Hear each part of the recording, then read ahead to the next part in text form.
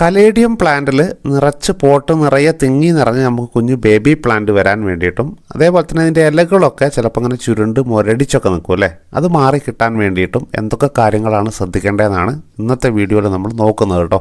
അപ്പോൾ caladium plant കുറച്ചങ്ങ് കഴിയുമ്പോൾ ഇതിൻ്റെ അടിയത്തെ ഇലകളൊക്കെ ഇങ്ങനെ വാടി വാടി വരും. പിന്നെ ആ ഒരു പ്ലാന്റ് കണ്ടോ, അത് ഇവിടെ ഈ കാണുന്ന പോലെ ഒരു തൂമ്പ് മാത്രമായിട്ട് നിൽക്കും അല്ലേ.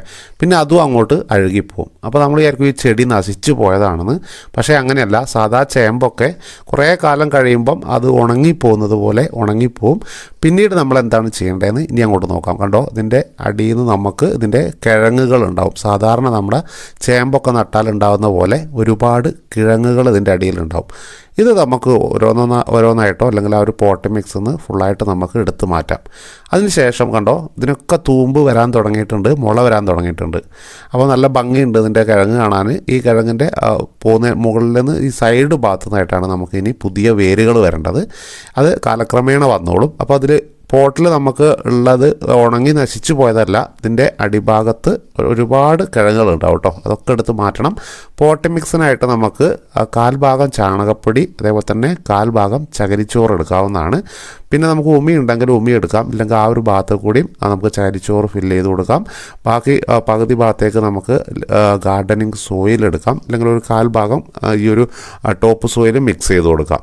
അപ്പം എല്ലാതും 4 ഭാഗങ്ങളാക്കിയിട്ട് എടുത്ത് നമുക്ക് ഒരുമിച്ച് മിക്സ് ചെയ്തെടുക്കാം. ഇതിലേക്ക് നമുക്ക് മുമ്പ് പറഞ്ഞ പോലെ തന്നെ എല്ലുപൊടിയൊക്കെ ഉണ്ടെങ്കിൽ അത് കുറച്ചൊരു പിടിയൊക്കെ ചേർത്ത് കൊടുക്കാം.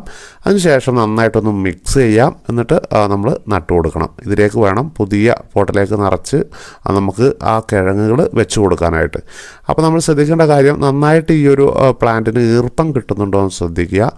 ഒരുപാട് ഓവർ വാട്ടറിങ് ആവരുത്. നമ്മൾ കലേഡിയം പ്ലാന്റ് നഴ്സറിയിൽ നിന്നൊക്കെ മേടിച്ചുകൊണ്ടെന്ന് അപ്പം തന്നെ ഒരുപാട് ഓവർ വാട്ടറിങ് കൊടുക്കരുത്. ഇവിടെ കണ്ടോ, അടിഭാഗത്ത് ഇതേപോലെ ചകിരിയുടെ സോഫ്റ്റായ ഭാഗം ഒന്ന് വെച്ച് കൊടുക്കുന്നു, തേങ്ങേൻ്റെ ആ ഒരു തൊണ്ടിൻ്റെ കേട്ടോ. അതിനുശേഷം നമുക്ക് ഇതേപോലെ പോട്ടി മിക്സ് ഫില്ല് ചെയ്യാം.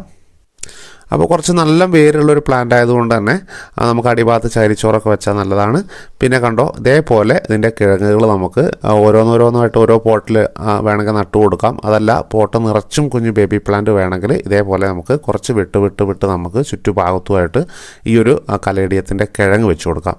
അതിനുശേഷം നമുക്ക് പിന്നീടും കുറച്ച് ഒരു 2 ഇഞ്ച് കനത്തിൽ നമുക്ക് പോട്ട് മിക്സ് ഫില്ല് ചെയ്ത് കൊടുക്കാം. പിന്നെ വളങ്ങളൊക്കെ ഇടാനുള്ള കുറച്ച് സ്ഥലം ഈ ഒരു പോട്ടിൻ്റെ മുകൾ ഭാഗത്തായിട്ട് എംപ്റ്റി ആയിട്ട് ഇടണം. അപ്പോൾ ഇതേപോലെ നമുക്ക് ഈ ഒരു ഇത് ഫില്ല് ചെയ്തെടുത്താൽ മതി. നന്നായിട്ടൊന്ന് നനച്ച് കൊടുക്കുക. അതിനുശേഷം നമുക്കൊരു 3 ദിവസം കൂടുമ്പോഴൊക്കെ ഒന്ന് നനച്ച് കൊടുക്കുക.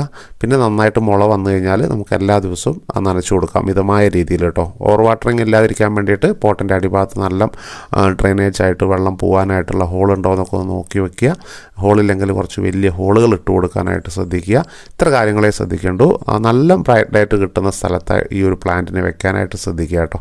അപ്പം ഈ കാര്യങ്ങളാണ് നമ്മൾ കലേഡിയം ഉണങ്ങിപ്പോയതല്ല, ഇതെന്ന് നമുക്ക് നന്നായിട്ട് കുഞ്ഞു ബേബി പ്ലാന്റുകൾ ഒരുപാട് ഇതേപോലെ പോട്ട് നിറച്ച് തിങ്ങി നിറഞ്ഞു വരും ഈ പറഞ്ഞ രീതിയിൽ ചെയ്തു കൊടുത്താൽ.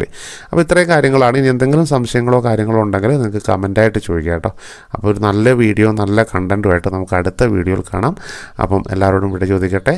Bye bye.